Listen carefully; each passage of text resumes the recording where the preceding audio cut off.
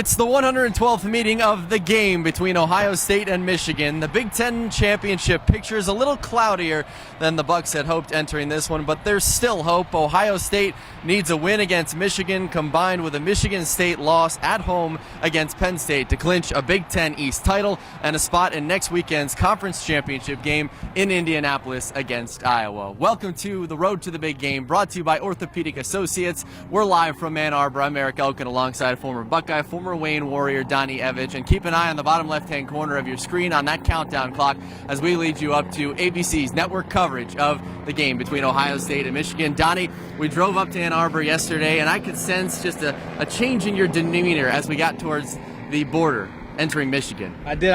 Erik, I felt a little uneasy. The air felt different, and I realized, as all Buckeye Nation realizes, that this is the game. There's nothing bigger than this. How do you put it into words? You really can't. You know, this tradition has been around for so long that it means so much to so many. And I just pray that our Buckeyes have their minds right and they come out today in about a half hour and play like they're capable of. Why is it such a big deal? It's just a tradition, you know. This goes back to Bo and Woody Hayes. You know, it's been a huge deal for so long.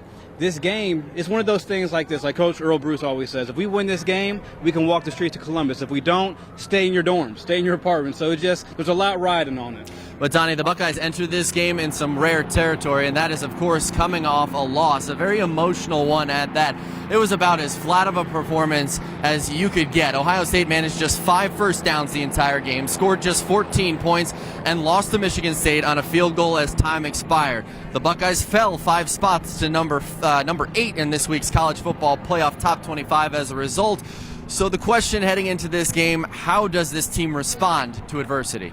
I have a lot of confidence in our guys. You know, this is a very invested. They just had something happen to them they haven't had in, I think Jerry said, 400 some days. You got hit right in the gut. That's my job, and that's our coaching staff's job and our leaders' job to make sure that there is focus. There's 2 ways we could take this loss. We could feel sorry for ourselves and not want to come back and work and lose the rest of the games this season, which obviously none of us want to do. And we could come back and use it as motivation like we did last year. So, Donnie, the Buckeyes sound confident in what they're saying, that they'll be able to move on, turn the page. But how tough is it to turn the page off such an emotional loss? It's a challenge, but when you're playing this team, it's one of those things where you realize what's at stake. And I was reading Coach Meyer's latest book, and in there he has a formula that he calls the R factor, and it's E plus R equals O. Event plus response equals outcome. So no matter what happened last week or in the weeks prior, it's about how we respond as a unit, as a full team, coaches included, and play today versus Michigan. How do you expect them to respond? I expect them to respond with playing their hearts and souls out for this game, because it means so much. You know, we didn't perform like we should have last week, but that's over. And Donnie, adding to this thing of Saturday's loss, of course, the headlines that were made after the game with what Ezekiel Elliott said in his post-game comments, it dominated headlines. He said the coaches didn't put them in the best position to win. He even declared for the NFL draft. And Zeke apologized Monday. Urban Meyer even admitted that he didn't necessarily disagree with what Zeke was saying, just said it wasn't the proper forum in which to say it. Zeke's teammates agreed. The team insists that there is no they're not distracted. Do you expect a potentially distracted team entering the big house today? Erik, I don't. I feel like our guys are going to be focused. You know, Zeke, he said what he said. It wasn't the best platform to say it, but like Coach Meyer said, there was some truth to what Zeke was talking about as far as the play calling and him not getting the ball as much as that he could have to help us get a Buckeye win. But one man's comments we can't let that distract us from the goal of today, which is beating Michigan, one of the greatest rivalries, if not the greatest rivalry in all of sports. Zeke took a lot of heat for his comments after that game, even from some Buckeye fans out there who questioned maybe his loyalty and maybe even said that it was a bit selfish in what he did. But let's look ahead to today. What kind of performance are you expecting out of Zeke today? You know, Zeke, he's played so hard for the Buckeyes. You know, he sacrificed a lot of his body, his physical well-being. And I expect him to rush like a madman today. He's going to run with rage. I see him getting a ton of yards. I just hope that the coaches, Erik, put him in the best position in order to do that. But I see him running. I see him punishing that Michigan defense. I know Michigan's good this year, but watch out for Zeke. And if you couldn't tell already in the first few minutes of this show, it is a bit of a hostile environment. We've got some folks behind We're us in who are enemy territory. having a good time. But still to come on the road to the big game, this rivalry enters a new chapter as Jim Harbaugh enters his first game as head coach of Michigan in this rivalry. Coming up, we'll break down the rivalry a little bit more and talk about that first head-to-head matchup between Urban Meyer and Jim Harbaugh. You're watching the Road to the Game, Big Game, brought to you by Orthopedic Associates as we count you down to kickoff between 8th-ranked Ohio State and 10th-ranked Michigan.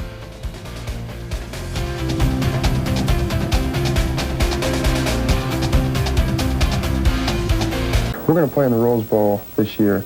I guarantee it. We'll beat Ohio State, and we'll be in Pasadena on January 1st. I do remember that, and I remember us missing a wide left right at the end as the clock ticked 0. Welcome back to the Road to the Big Game, brought to you by Orthopedic Associates. We're live from Ann Arbor. I'm Erik Elken alongside former Buckeye, former Wayne Warrior, Donnie Evege. Jim Harbaugh delivered on that 1986 promise as he went into Columbus, him and the Wolverines knocking off Ohio State 26-24. But of course, that was as the starting quarterback of the Michigan Wolverines. And this year, he enters this rivalry in a new capacity. It'll be the first game with Harbaugh at the helm of the Wolverines as a head coach. It's definitely going to be big. I know it's kind of the start of an era, and so it's always big to be, a part of the first of something. My reaction to the coach versus coach build-up is he's not going to be blocking anybody. He's not going to be tackling anybody. I'm going to be over there standing on the sidelines, blocking and tackling nobody. As you heard Josh Perry say, this rivalry enters a new era with 2 coaching heavyweights at the helm. Urban Meyer has only lost 4 games in almost 4 full seasons with the Buckeyes and 152 over his career. His only loss to Michigan came in the Capital One Bowl, that, of course, when he was the head coach of Florida, so 3-0 as the head coach of Ohio State. But this is the first time Meyer and Harbaugh will square off as head coaches, and Harbaugh's first time leading a team against Ohio State. Obviously, he played in this rivalry, but this is kind of a new era. A lot of people making the comparisons to maybe a new decade or plus of Woody versus Bo. Donnie, a lot's made of the coaches in this game. Jim Harbaugh tried to downplay it, but what does Harbaugh add to this rivalry? He adds a lot of football knowledge to this game. You know, he's a great coach. He's had success with winning the Super Bowl in the NFL. But I wouldn't go as far as to comparing this to Woody and Bo. Yeah. Both Coach Meyer and Harbaugh have a lot to prove before they can be on that status, respectfully said. But he adds a lot to the game. He's obviously changed the program around here in Ann Arbor, Michigan. But at the same time, Coach Meyer and his staff, they're doing a great job. There's some things that we need to do better. But overall, I think Erik is going to This is going to be a great game. I'm so excited for what's about to happen. A lot of people say that Jim Harbaugh is good for this rivalry because he has the Michigan blood in him. He'll probably make Michigan a lot better. He already has this year. Of course, the Wolverines 10th in the country, 9-2 on the year. But as a Buckeye, you want to keep beating Michigan. Always. Does Harbaugh scare you at all? No, Why not? because it's all about preparation. If our Buckeyes prepare like they're capable of doing, I believe in my heart that we have more talent than this team up north. I do. And one coach does not scare me, and it shouldn't scare the viewing audience. Ohio State, we have Coach Urban Meyer. If they make the necessary changes that we could have done better versus MSU last week, we will win this game. So one man does not scare me. And along the lines of what you're saying, we know that coaches are only partially part of such a historic rivalry, the coaches that are involved in this one. The overall numbers favor Michigan as we look at the rivalry by the numbers, which Michigan leads 58-46 with 6 ties. And the Wolverines have the edge here in Ann Arbor. But it's a rivalry that's been dominated by the Buckeyes of late. Ohio State's won 3 straight and 9 of the last 10. This one should even have more juice with both teams ranked in the top 10. It's only the 42nd time both have been ranked entering the game. But Donnie, I have to imagine in a game of this magnitude, a rivalry like this, it really doesn't matter how good one team is, how down another team is.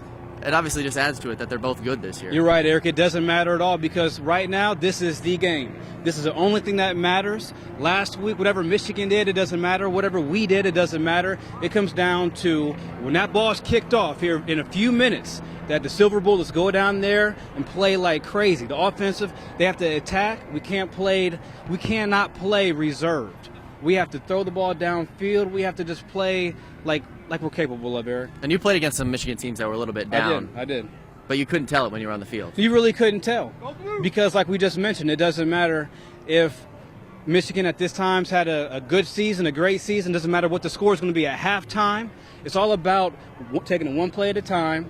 Everything is magnified. 1 yard is 2 yards. 5 yards is 10 yards. It's like Coach Russell always preached. You got to give your full effort and do your 1/11th in this game right here. Well, I've already said the word Michigan a few times in this broadcast. Still to come on the road to the big game. Wait till you hear what this what one player has to say about it. Just something that gets you pissed off and fired up. Yeah, Josh Perry's probably not someone you want to make angry. We'll tell you about the word that makes him tick coming up. Plus, why 4 pairs of gold pants could mean more than anything else. You're watching The Road to the Big Game, brought to you by Orthopedic Associates as we count you down to kickoff between number 8 Ohio State and 10th ranked Michigan.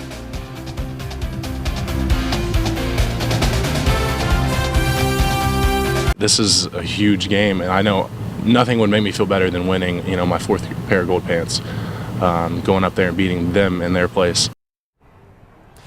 Taylor Decker is the anchor to this Buckeye offensive line. He's a team captain, and he's trying to go out on top, playing in his final game against Michigan. But his journey to Ohio State actually starts back in the Miami Valley in his hometown of Vandalia. James Ryder now joins us in our studio to tell us why Taylor Decker's family has been such an important part to his journey.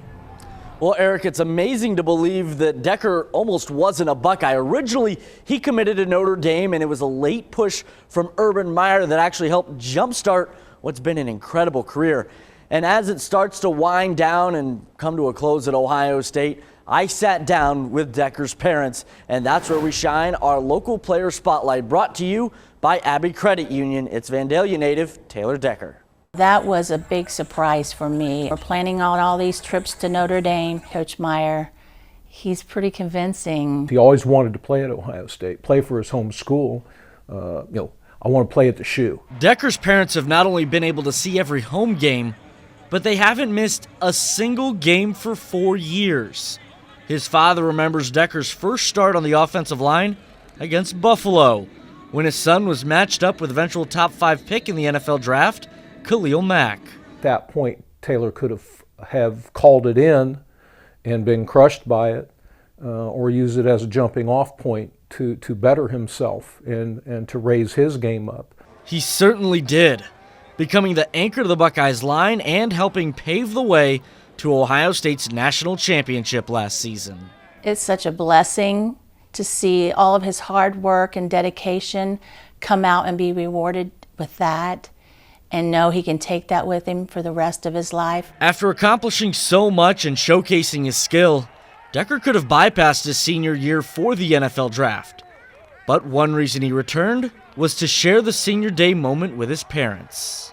Finally, in a stadium where I'm not on the sidelines, I'm on the field with my son. And we will no longer ever get to see him come out on that field again. It's a little, it was emotional for my husband and I. Taylor Decker, leaving behind great memories, but also a pristine legacy at Ohio State. He's passing the torch now, to the next generation of linemen. And it was so important for him that he do it the right way. So hopefully that's part of his legacy.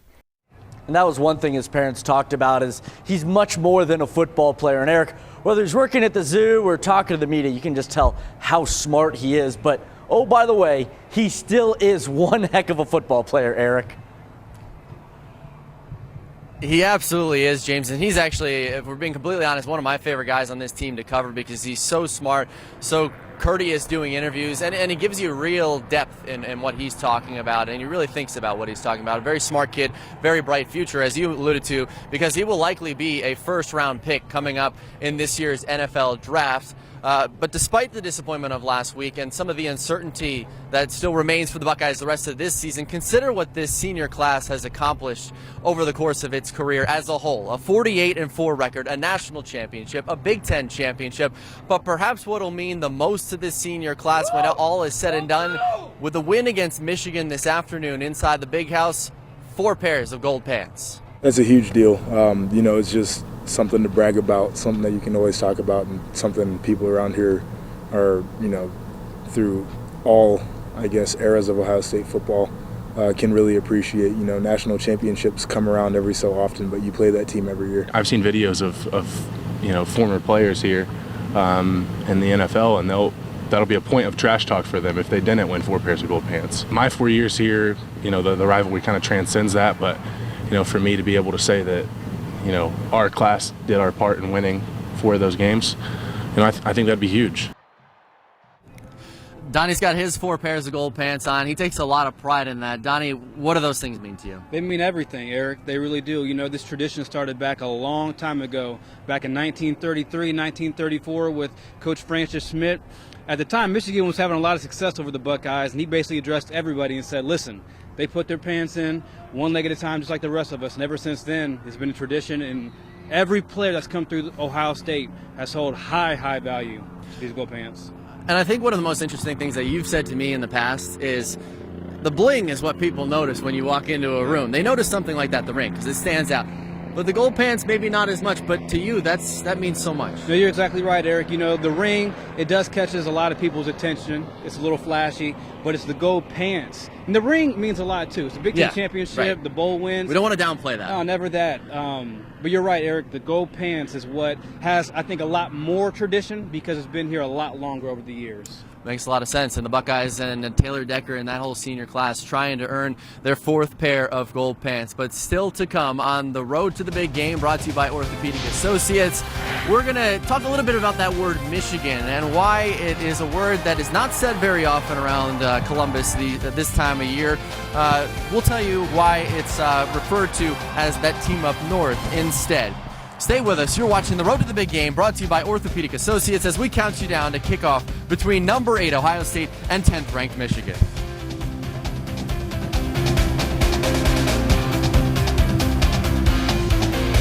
The rivalry games on the horizon, one that we all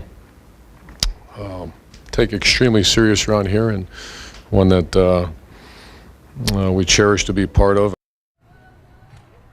Welcome back to The Road to the Big Game, brought to you by Orthopedic Associates. I'm Erik Elken, live from Ann Arbor. As you heard there, Urban Meyer really embraces this rivalry, so much so that you won't ever hear him say the word Michigan. There's a lot of emotion that comes with that word. He'll either refer to them as the team up north or our rivals. And it also is a word that you won't hear his players ever say, unless it's by mistake.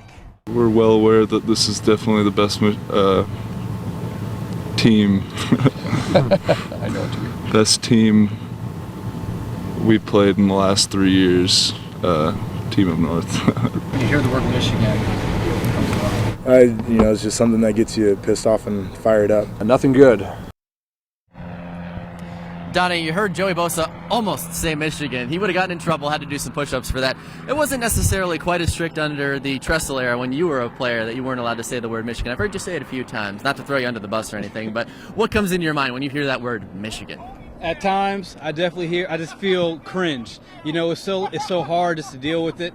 But at the same time, there's a lot of tradition involved with it. So I cringe, but at the same time, it's all good.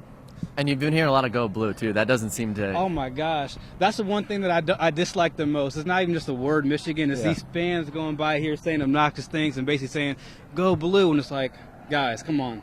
You got to prove it. You got to prove it. Well, maybe the Buckeyes won't leave them with much Go Blue to say in the Big House in just a few minutes as 8th-ranked Ohio State will take on 10th-ranked Michigan. Still to come on the road to the big game, which is brought to you by Orthopedic Associates. Donnie is going to break down this game, give us his final thoughts, keys to the game, plus his game prediction. You're watching the road to the big game live from Ann Arbor, brought to you by Orthopedic Associates as we count you down to kickoff between number 8 Ohio State and 10th-ranked Michigan.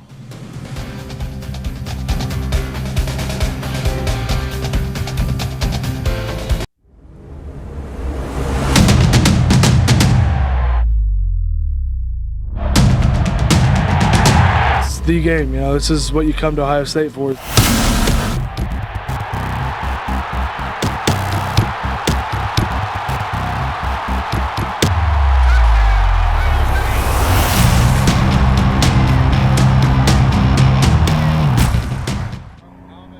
All right, if that doesn't get you pumped up and you're not fired up by now, then I don't think you're a big fan of this rivalry game. Donnie, we just heard the boos from all the way back behind us in the stadium. I'm assuming that's when Ohio State just took the field. Erik Elken alongside Donnie Evege. Welcome back to the Road to the Big Game, brought to you by With Big Associates. Donnie, let's get right to it. The game's in just a few minutes. What are your keys for a Buckeye win? I have a couple keys. It's definitely going to have to be the play calling. The coaches are going to have to step up and learn from last week as far as what we need to adjust and what we definitely should do and what we shouldn't do. I feel like Ezekiel Elliott's going to have to get the football a lot more than just 10 or 11 times like he did last week. Braxton Miller's going to have to get the ball. Braxton's the type of guy alongside Thomas. We need to establish that deep threat early on in the game so they respect us overall with our run game as well. So with Braxton Miller, Ezekiel Elliott, JT has to have a great game. Silver Bullet defense, I believe, will show up.